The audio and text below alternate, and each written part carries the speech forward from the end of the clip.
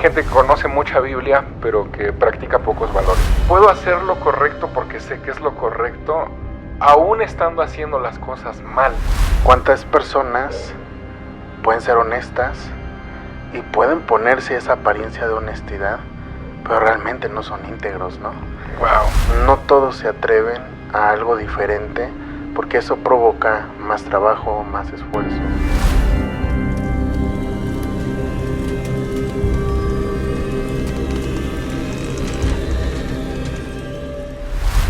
Bienvenidos a un podcast más de Sicarios de Máscaras con mi amigo Josué. Y vamos a abordar temas interesantes, ya saben que tienen que ver con innovación, con creatividad, con iglesia, con muchas cosas más, con cuestiones de la sociedad, ideas que traemos en mente. Así que esperemos que disfruten este episodio. Pues tratar temas, amigo, ¿no? Precisamente platicábamos hace un ratito acerca de lo que son los valores, ¿no? Contra historia bíblica, ¿no? O historia de la Biblia, o como podríamos llamarle. Sí, o sea, finalmente hay gente que conoce mucha Biblia, pero que practica pocos valores, ¿no? Sí. Es que es como complicado, ¿no? Te decía que escuchaba precisamente un predicador que daba ese punto de un hombre, ¿no? De un chino que estaba en un hotel y este brother pide una pizza, ¿no? Y dentro, no sé si lo escuchaste, pero pide una pizza y en medio de la caja de la pizza pues traía dinero, ¿no? Traía dólares. Y entonces él dice, con la pareja con la que estaba, le dice, ¿sabes qué? Pues tenemos que regresar esto, ¿no? Tal vez la persona lo olvidó ahí, se equivocó de caja. Entonces van a la pizzería y le dice, oiga, pues no, yo pedí una pizza, pero en la caja venía dinero y pues creo que es lo correcto, pues que lo regresen, ¿no? Entonces el de la pizzería le dice, ¿no sabía usted que la promoción que hay ahorita, en medio de tantas pizzas que hay, pues uno pues iba a recibir ese dinero y usted fue el ganador, así que se puede quedar con ese dinero y pues ahorita vamos a pasarlo a nivel nacional de que usted fue el ganador y que pues cómo se ganó y en donde pues le entregaron su pizza y todo. Y en eso pues se acerca el señor con el de la pizzería y le dice, es que no quiero eso, porque si mi esposa se entera que estaba en un hotel, voy a tener problemas. Wow. Entonces está muy cañón, ¿no? Porque precisamente una cosa es ser honesto y otra cosa es ser íntegro, ¿no? Claro. Y yo creo que de eso se trata muchas veces la vida. Bueno, yo lo veo así porque ¿cuántas personas pueden ser honestas y pueden ponerse esa apariencia de honestidad, pero realmente no son íntegros, ¿no? Wow. Y yo creo que eso puede pasar en hablando de lo que llamamos vida cristiana, con tantas personas que saben mucha Biblia, saben muchas historias, pero que hay más allá dentro de su vida personal, más allá de mucho conocimiento, ¿no? Ok, bueno, y de hecho no es como tal a lo mejor que sean teólogos, pero sí son en su mayoría gente que recuerda, que repite muchos versos que están ahí, ¿no? Uh-huh. A la hora de la hora se presentan circunstancias en la vida. Esta historia que cuentas está padrísima porque sí nos lleva a diferenciar esa cuestión entre hacer lo correcto. O sea, me quedé pensando, ¿no? Puedo hacer lo correcto porque sé que es lo correcto, aún estando haciendo las cosas mal. Exactamente.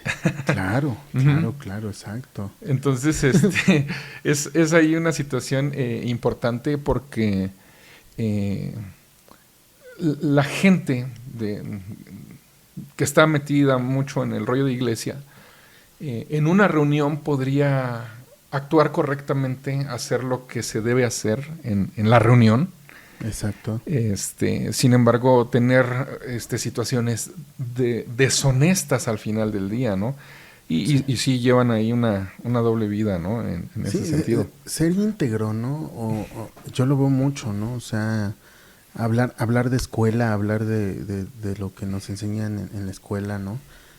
Yo me acuerdo mucho, ¿no? De hablar de la materia de cívica y ética, que era una materia en donde pues te enseñaban los valores universales, Okay. donde te enseñaban pues lo que es bueno, correcto, ¿no?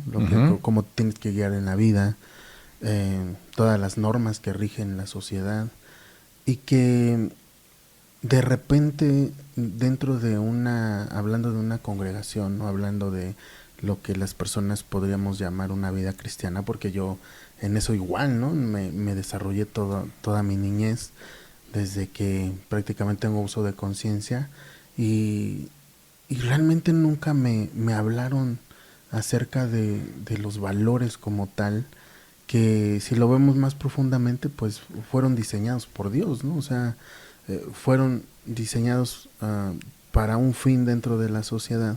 Sin embargo, no sé, tal vez pareciera que entonces que los valores son mundanos, ¿no? Y las historias bíblicas o la valentía, la fe, ¿no? Eso sí es cristiano, ¿no? O sea, la fe sí es cristiana y la honestidad es del mundo. O sea, ¿cuál sería el parámetro, no? O sea. No, ahorita pienso en un ejemplo que creo que cristianos y no cristianos caen en ese bachecito. Y digo bachecito, aunque realmente dice mucho de lo que hay en nuestro corazón. El típico ejemplo de que llega el abonero a buscar a la mamá. Ah, sí, claro. Y mandan al niño, ¿no? Pero la mamá está haciendo su devocional con su Biblia, con una canción cristiana de fondo. Sí. Y en un tiempo de oración, y de repente escuchan que toca el abonero, y manda al niño a decirle, dile que no estoy, ¿no? O sea, sí. La incongruencia, la falta de, pues sí, de realmente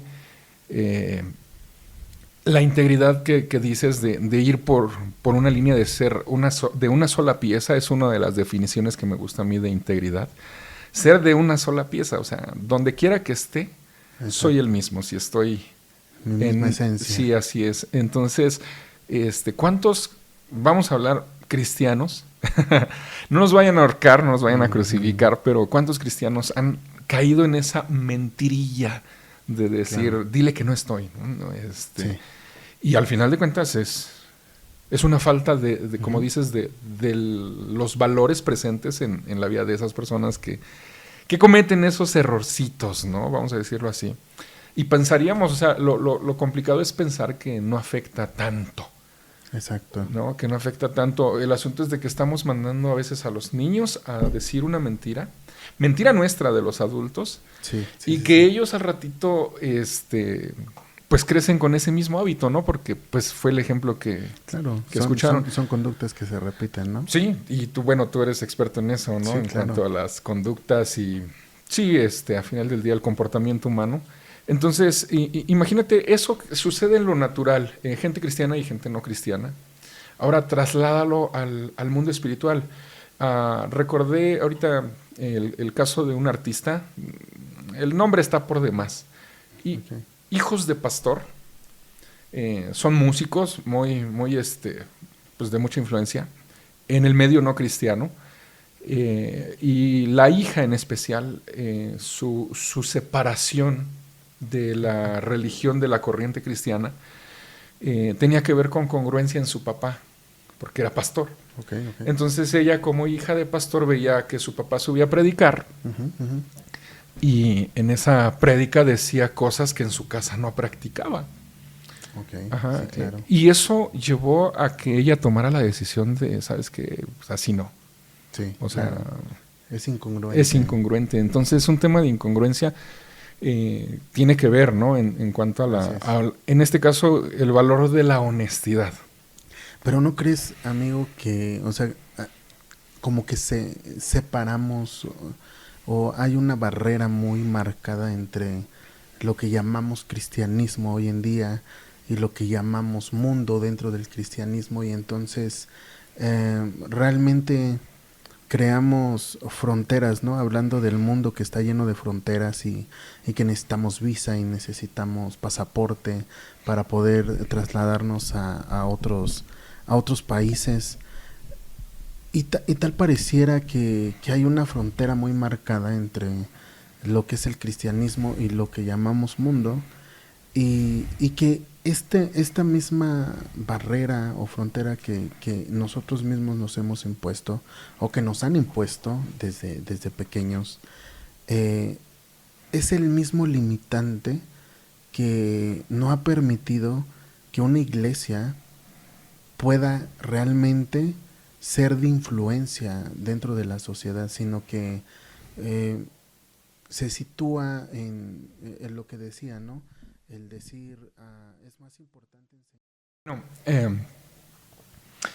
hay una situación que siempre me ha molestado, amigo, el, el que la gente tenga una vida aparente, que construye su vida sobre mentiras. Claro. Este, conozco el caso de gente que, por ejemplo, hubo una mujer que le dijo a su marido, oye, tengo que ir a un diplomado, ya en un nivel profesional muy, muy alto, Sí. pero me tengo que cambiar de estado porque me queda lejos. Ok. Y se fue por un año. Ujú. A su regreso, después de un año, eh, un mes, 2 meses adelantito, según llegan unas personas con su hijo de esta mujer a decirle que tenía un bebé. Ok. Y el hijo pues se había puesto de acuerdo obviamente con su mamá para aceptar que era suyo. Pasan los 2, 3, 4 años y el esposo le pregunta a la supuesta mamá del bebé, oye, ¿y cómo está la niña?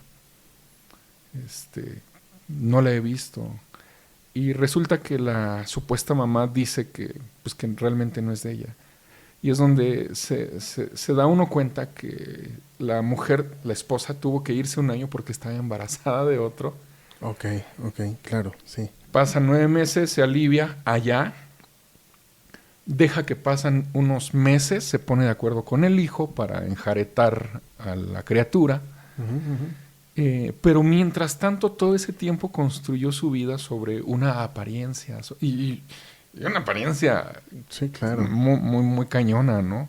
así es. Obviamente te imaginarás el dolor, el sufrimiento, la decepción que eso ocasionó en el marido, Claro, pensando que ella se fue a preparar, realmente se fue a esconder. sí, Y él pensaba que tenía una nieta cuando era una hijastra. sí, claro. Sí, sí, Es, sí. es un ejemplo, no sé si tú conoces algún ejemplo al respecto de este tipo de apariencias y de vivir sobre mentiras y de construir incluso una historia de vida Claro. sobre mentiras, amigo. Pues en la vida, ¿no? Yo creo que ya hablando un poquito más profundo, ah, vivimos muchas cosas en base a apariencias, ¿no? Hay un psicólogo muy famoso que se llama Goffman Okay. y él habla precisamente que vivimos con máscaras y Ya. él sitúa la vida de las personas dentro de un escenario que es la vida, ¿no? Ujú. Y en ese escenario utilizamos diferentes máscaras y pues nos ponemos primero a lo mejor los que están casados, tienes una máscara de esposo o de esposa, Ok. también tienes una máscara de padre, tienes una máscara de ciudadano, tienes una máscara de un estudiante, de un trabajador. Entonces tienes diferentes máscaras en tu vida y son diferentes escenas que vas viviendo a lo largo del día muchas veces y que te tienes que ir cambiando de vestuario, ¿no? Okay. Sin embargo, todas esas máscaras crean tu vida, ¿no? Crean lo que es tu vida. Sin embargo, hay muchas otras máscaras de igual forma que el ser humano se hace, ¿no? Es decir, a hablar de amantes, ¿no? Ese es el tema más sería como la médula, ¿no? Al respecto.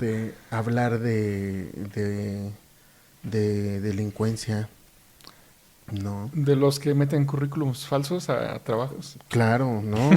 Gente que aparenta cosas que no deberían de existir simple y sencillamente en la vida y sin embargo el ser humano los crea, ¿no? Crea esos nuevos personajes y entonces yo diría, hablando de lo que es la iglesia, ¿qué pasa con aquellos líderes o con las personas que están dentro de una congregación que se refugian en una apariencia? Porque yo creo que tanto tú y yo, amigo, en cierta parte de nuestra vida, y yo estoy seguro que muchas personas, nos situamos en esa apariencia de ser lo que realmente no éramos, ¿no?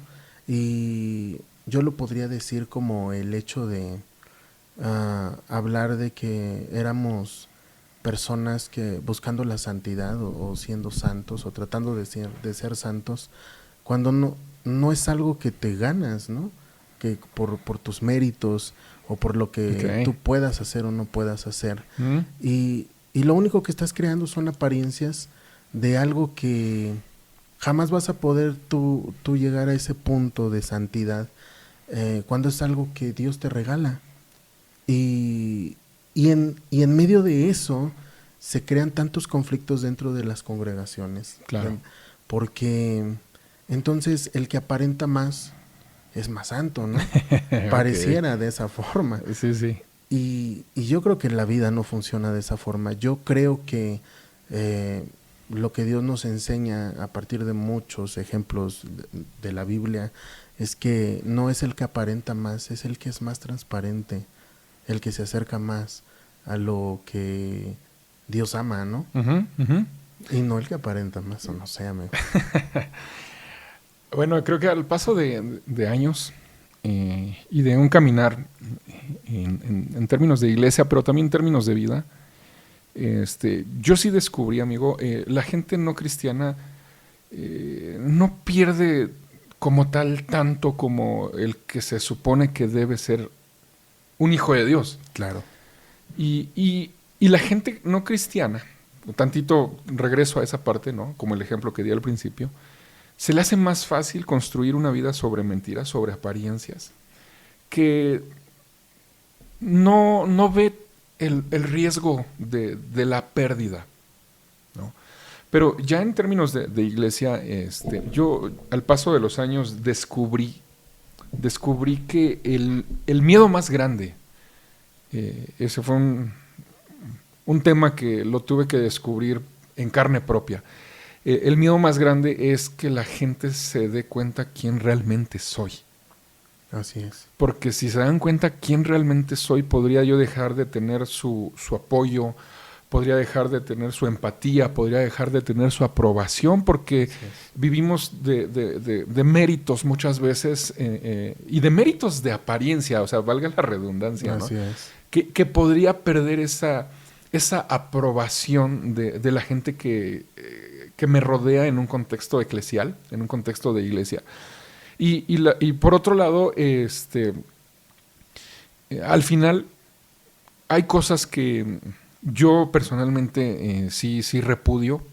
Y cuando me he encontrado otra vez tratando de ocultar mi verdadero yo, de inmediato digo, no, necesito quitarme la máscara. Y no es que sea un orgullo, miren quién soy, pero sí soy muy, muy intencional en acercarme con alguien. Claro. Y de alguna manera hacer esa confesión, ¿sabes qué? La neta, estoy metido en este asunto, traigo este hábito, contigo lo he hecho incluso, porque no quiero ni siquiera pensar otra vez en vivir detrás de la apariencia. No sé si me explico. Sí, claro. En algún momento 2 personas a mí me dijeron, solamente Dios, porque ni tú ni nadie van a saber por qué Él permitió que pasaras por ciertos procesos para que dejaras una vida que no era la que realmente tú tenías, para que dejaras ciertas máscaras, ciertos disfraces que te hacían aparentar un matrimonio que no era, una paternidad que no tenías y un cristiano que no eras. Claro, así es. Y yo personalmente, no sé si a alguien de los que escuche le haga sentido, pero yo personalmente aprendí que Dios va a hacer todo lo que sea para quitarte esas máscaras enfrente de la gente.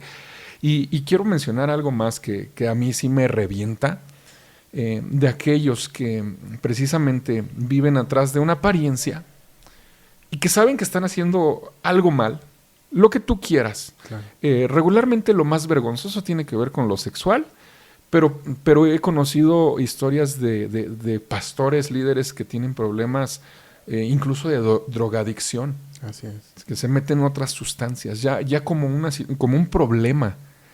Y a pesar de que saben que están haciendo o tienen malos hábitos o tienen un problema, ellos se suben a la plataforma y se atreven a disciplinar, se atreven a señalar, incluso a correr de su comunidad por cosas mucho menores de las que ellos están fallando. Ahora, no me espanta el poder enterarme, porque me he enterado de muchos casos, y si quieres ese tema lo abordamos en otro momento, pero me he enterado de muchos casos de cosas que dices, wow, ¿no? O sea, la neta la estaba regando.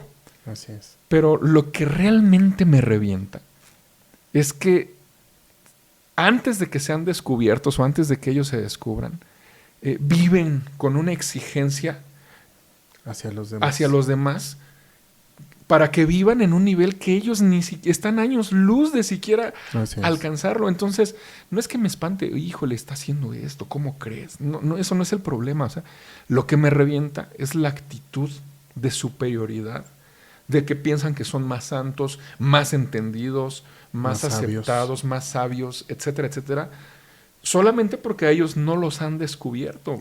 ¿Por qué? Pues porque se les cae la influencia, porque se les cae la iglesia, porque se le va la gente, porque deja de venir la familia que daba finanzas y pierden finanzas personales, porque dejan de tener control, porque dejan un montón de cosas hay en juego. Así es. Que prefieren apostar a seguir viviendo detrás del disfraz. Eso es lo que a mí me revienta de ese. Hay un tema que siempre me ha intrigado demasiado, amigo, en cuestiones pues, de lo que estamos hablando. Sí. Me llama mucho la atención que muchos líderes ven el tema de creatividad como una amenaza en lugar de aprovecharlo como un recurso. Por ejemplo, ya pasaron 4 años del encierro, de pandemia, de toda esta situación. Y en ese periodo, como muchos sabrán, muchos pastores tuvieron que valerse de redes sociales, de transmisiones online. Así es. Para poder seguir llegando a su gente. Claro. Y muchos otros se resistieron a usar tecnología y a seguir con el modelo habitual.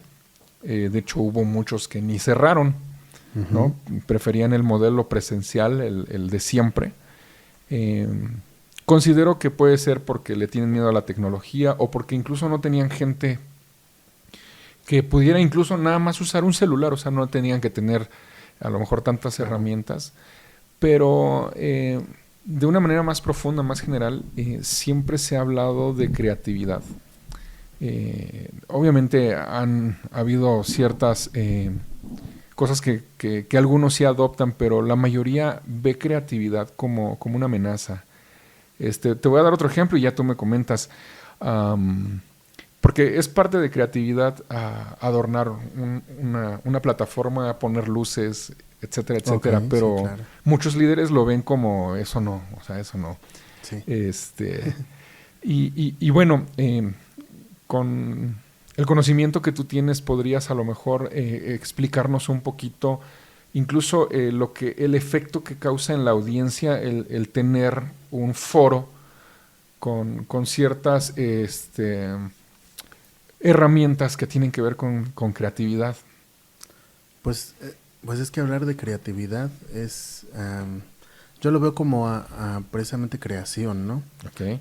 Algo nuevo, algo novedoso, y como seres humanos en general tenemos miedo a lo novedoso, a lo nuevo, a lo que no conocemos. Okay. Y entonces obviamente si algo no está dentro de nuestro confort, nos provoca un malestar, pues en nuestro pensamiento, porque sale fuera de de nuestra comodidad. Y hablando precisamente de estos temas que hablas de las congregaciones, pues el hecho de tener que tomar la tecnología, pues si lo quieres ver, pues es algo novedoso, ¿no? Para muchas congregaciones que simplemente no lo usan, ¿no? Hablándote de congregaciones que tienen 10, 15 personas y que ni siquiera esas 15 personas se podían reunir, y como que tener que usar el celular, pues les parecía algo pues novedoso, a pesar que en la vida cotidiana pues sí lo usan. Es como la incongruencia, ¿no? Sí lo uso en mi vida cotidiana, pero ya en temas religiosos, pues sale de mi comodidad, ¿no? No me siento que me va a traer conflicto con las personas, porque como en su tiempo, pues ir al cine era Okay. pecado, ¿no? O Okay, okay. era visto algo como algo malo. Uh-huh. Y hoy en día hay congregaciones que usan pues proyecciones de cine para atraer a personas dentro de sus de sus esferas, ¿no? Entonces, si lo quieres ver, yo siempre he visto la creatividad como parte del ser humano, ¿no? Eh, que es algo nato. Sin embargo, eh, resulta no solo para las congregaciones, sino para la misma sociedad algo um, algo que no cualquiera tiene, a pesar de que es como ¿cómo se puede decir? Contradictorio. Es algo que no todos tienen, pero sí todos tienen. No sé cómo explicarlo, pero pues realmente solo pequeñas personas han creado, ¿no? Alguien creó los micrófonos que estamos usando, ¿no? Con la tecnología que se diferencia de otros micrófonos, y que pues algunos de los que están escuchando pues sabrán acerca de eso, y que no es lo mismo un micrófono para podcast que un micrófono de condensador para otras cosas, ¿no? Entonces, alguien lo tuvo que inventar, ¿no? Uh-huh. Hablando de creatividad, alguien tuvo que decir, necesitamos otra pastilla. Hablando de la comida, alguien tuvo que decir, pues el chile poblano nos puede servir para estos ciertos alimentos, y el chile morrón para un alambre. Okay, okay. Y entonces la gente, a pesar de que cualquiera pudiera haberlo hecho, porque todos tenemos esa capacidad, ¿no?